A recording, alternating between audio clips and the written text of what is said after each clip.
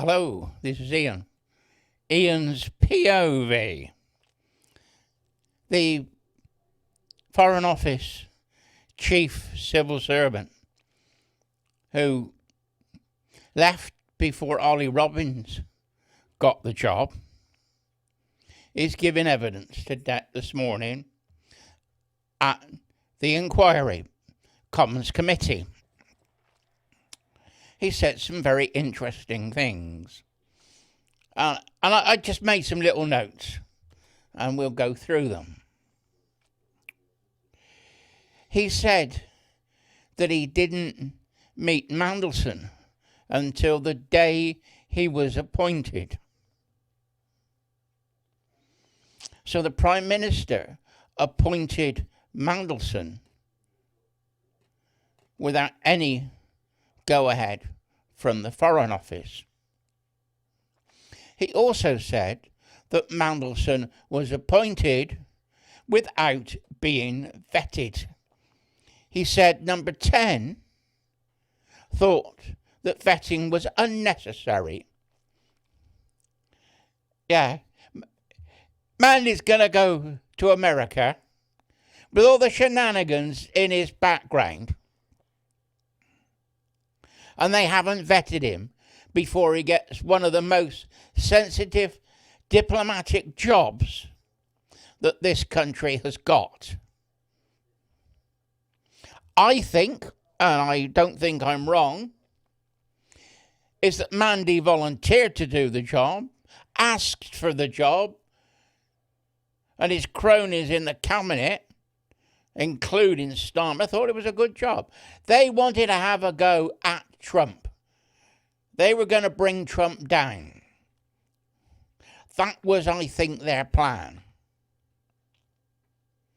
Remember, the Labour Party sent 200 staffers over to the United States before the election to work for Kamala Harris, to interfere with a foreign election. That should be enough to get Starmer out the door to start with. It says, like I said, he was appointed and not vetted. I can't read my writing. I just scribbled notes. And he said, this is important, the Prime Minister was aware of Mandelson risks. Didn't say what the risks were. He just said the Prime Minister was aware of Mandelson's risks. So although he may not have been told what the vetting was and that he hadn't passed the vetting, well, he wouldn't have been told because they didn't do the vetting.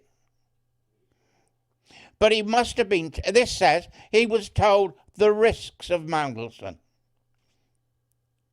So somebody must have said something to him. It's a play on words, being a lawyer. He's good at that. And there was a lawyer on the podcast this morning said that the Attorney General, Starmer, Lammy, were low-level lawyers. He called them clerks. I don't know. But Starmer is a KC, a King's Counsel. But they didn't. This lawyer, this KC, King's Counsel, didn't think that they were very good lawyers and that they were human rights lawyers and they were making things up like they did with the British soldiers. And Starmer's in on that. Exactly how, I don't know, but they're all the same. You know, they're not very nice people, I tell you. Didn't get the job before vetting, I've said that. He only met Mandelson on the day that he was appointed. I said that. The cabinet, after Mandelson was appointed, the cabinet later advised vetting for Mandelson.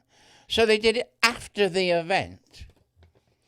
Now, I got a job in the civil service, and I couldn't start the job. Although they said I'd got the job, I didn't have a start date. And I had to do the MI5 vetting, fill all the forms in. Mothers, grandparents, political affiliations, groups and societies and all the rest. The wife, everything had to be written down. And that was sent in. It took 3 months for me to get the go-ahead to start work for the civil service. So they would have done a security check, MI5, MI6, on the Mandelson as he was going to work for the Foreign Office. So it would be MI5, MI6. And they would have really gone into his background, who he knows. So they would have found out that he was a director of a Russian company. They would also find out his links with China. Now, would that have stopped him getting a job as a civil servant to be an ambassador in America? We didn't know until the Epstein files came out that he had been giving Epstein government information. Has Mandelson, this is only after the fact, have been also giving that information to the Russians or the Chinese? I don't know. Just pose the question. One of my pet sayings, didn't it? All right.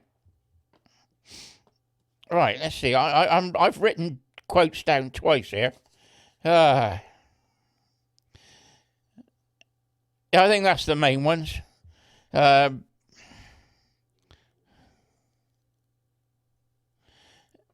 I think that'll do. So this is the top Foreign Office civil servant giving evidence to the Commons Committee, Foreign Office Committee. And the inquiry is on Mandelson and his appointment as the ambassador to the United States. So we now know that the Prime Minister was told of the risks of Mandelson. Ollie Robinson said that the Prime Minister was told the risks. He said, we didn't vet, you don't pass or fail vetting. It's just that the risks are highlighted. And the number 10 was told the risks. This is what this civil servant today said. Exactly the same thing. So although Starmer may say, I wasn't told about the vetting, nobody told me. Yeah, but were you told about the risks? You've got to ask the question.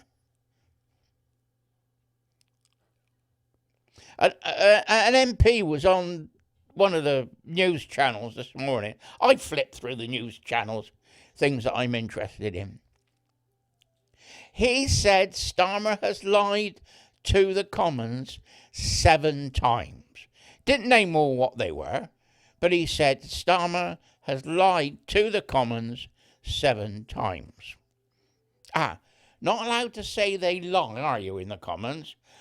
Non verte, as I told you last time. Not the truth.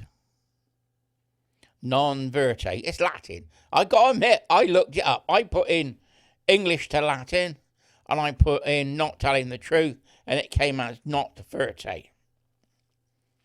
I'm not a Latin scholar, but I think that's quite good, really. Non verte. Not the truth. And as John Lennon said, all I want is the truth. Just give me the truth. And that's all I'm asking for. That's all I want. Anyway, it's only a little short one. The other civil servant, the number 10 guy, supposed to be giving evidence today, so that's going to be interesting. Bye-bye for now.